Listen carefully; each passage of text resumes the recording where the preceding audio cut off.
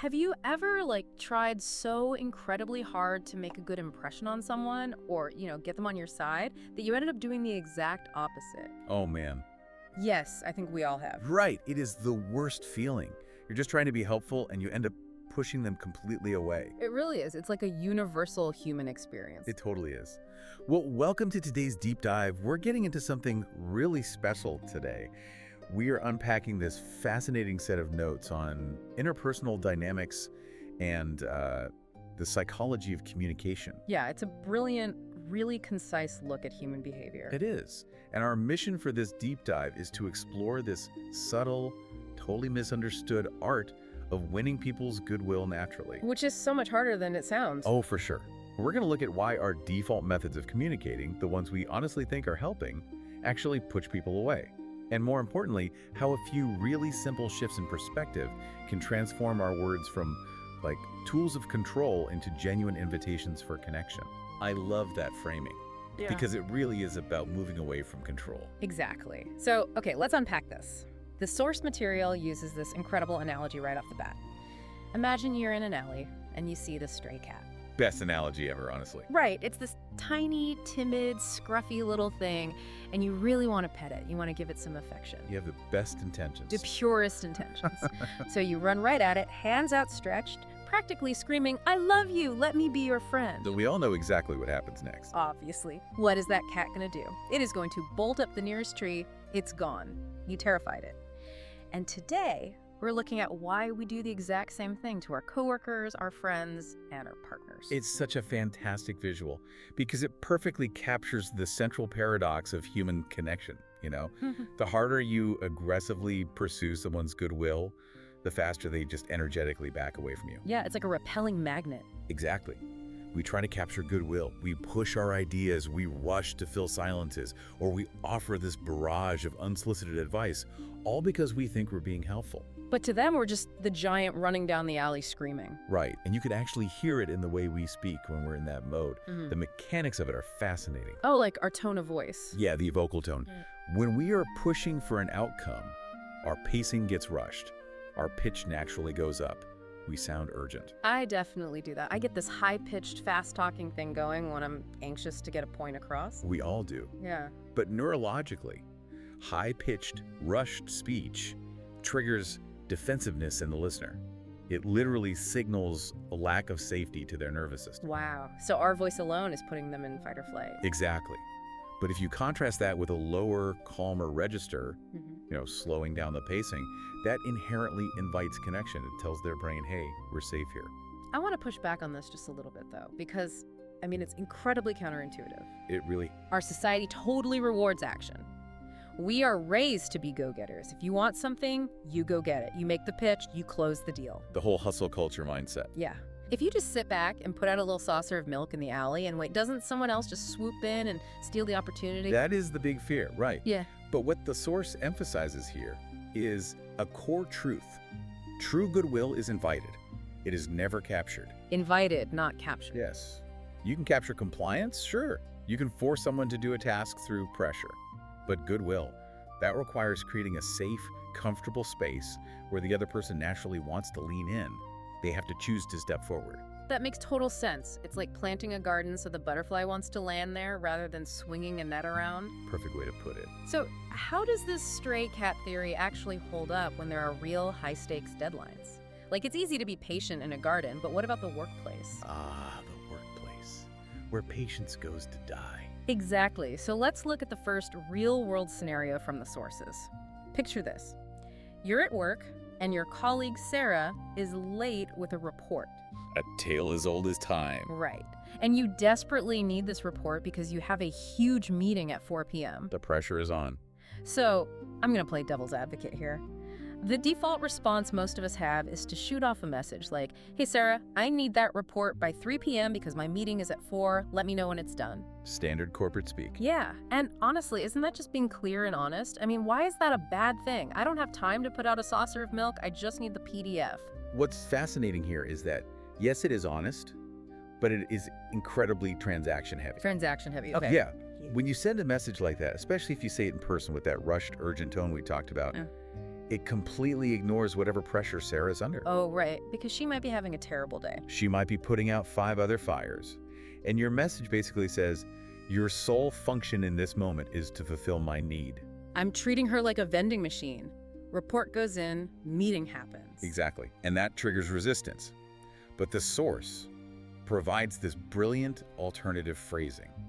Do you have it there? I do, yeah. So instead of the demand, it suggests saying something like, "Hi, Sarah, I know you've got a million things on your plate today. I am putting together the slides for the 4 p.m. meeting. How is that report coming along? Let me know if I can help you untangle anything on it." Just listen to how different that feels. It's completely different. It's so much softer. And you didn't lower your expectations, right? You still mentioned the 4 p.m. meeting. Yeah, the deadline is still there. But the psychological shift is massive. Yeah. By acknowledging her workload first, you transform yourself from this demanding taskmaster into a supportive partner. You're showing you respect her reality first. Precisely. And going back to the mechanics of speaking, if you say this aloud, you naturally slow down. You lower your pitch. You're using indirect, softer phrasing. You win her goodwill simply because you signaled safety. Which naturally makes her want to solve your problem rather than feeling defensive about it. Yes, she's going to prioritize your report because she feels seen, not threatened. I love that. Okay, so that's the workplace pivot. Let's transition into our personal lives, though. Where it gets even messier. Oh, so much messier. Because when emotions and deeply held relationships are involved, our instincts often betray us even more. Oh, without a doubt. The stakes feel personal. Yeah. So let's look at the second scenario from the sources.